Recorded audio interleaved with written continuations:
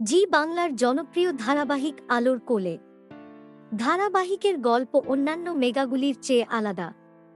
সম্পূর্ণ অন্য ধরনের একটি গল্প হওয়ায় অল্প কয়েকদিনের মধ্যেই বেশ জনপ্রিয় হয়ে উঠেছে এই ধারাবাহিক।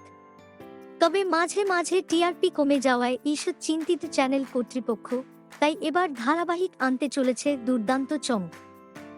আলোর কোলে ধারাবাহিকে পা রাখতে চলেছেন জনপ্রিয় টেলি অভিনেতা।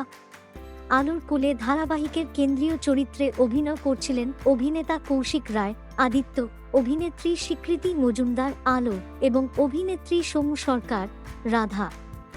এবং ছোট্ট পুপুলের ভূমিকায় অভিনয় করছিলেন খুদে অভিনেত্রী ঋষিতা নন্দী। তবে এবার নাকি ধারাবাহিক আসতে চলেছেন নতুন অভিনেতা, যেখান থেকেই ঘুরবে গল্পের মোড়। আলোর কোলে গল্পে মা হারা পুপুল রাধার মধ্যে দিয়ে নিজের মা ও বন্ধুকে খুঁজে পেয়েছে।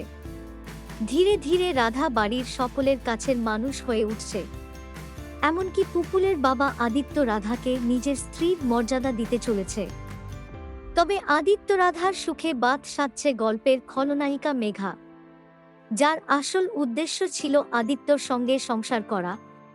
এরই মধ্যে জানা যাচ্ছে ধারাবাহিকে পা রাখতে চলেছেন জনপ্রিয় অভিনেতা ঋষভ বসু, যিনি বিভিন্ন জনপ্রিয় ওয়েব সিরিজে অভিনয় করে রীতিমতো পরিচিত হয়ে উঠেছেন।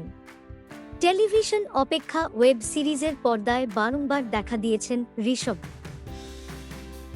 তবে স্টার জলসার ধারাবাহিকে অল্প কিছুদিনের জন্য অভিনয় করেছেন তিনি। এবার ঋষভ বসু পা রাখতে চলেছেন আলোর কোলে ধারাবাহিকে একজন ধনাত্মক চরিত্র হিসেবে। পর্দায় তিনি পজিটিভ রোলে অভিনয় করবেন। অনেকেই বলছেন হয়তো মেঘার নায়ক হিসেবে আসছেন তিনি।